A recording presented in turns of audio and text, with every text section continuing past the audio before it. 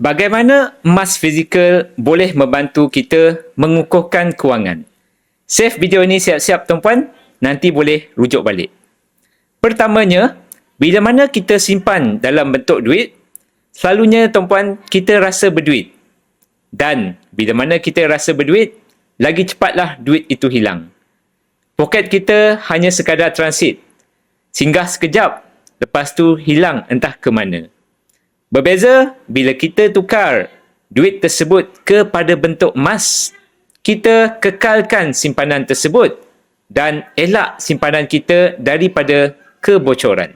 Ramai dah cuba pelbagai teknik untuk menyimpan, tetapi tuan-puan, bila mana lihat simpanan bertambah, mereka terbelanja balik simpanan tersebut. Jadi, naluri kita terhadap simpanan ialah untuk dibelanjakan, berbeza dengan simpanan emas.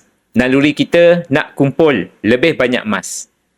Jadi tuan-puan, jadikan emas sebagai simpanan bermatlamat, dilupakan dan juga dipaksa setiap bulan.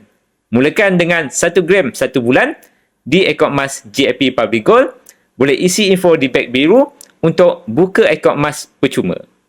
Ataupun jika tuan-puan nak buat sendiri, boleh refer di profil saya. Dulu ragu, kini tahu, jom simpan emas.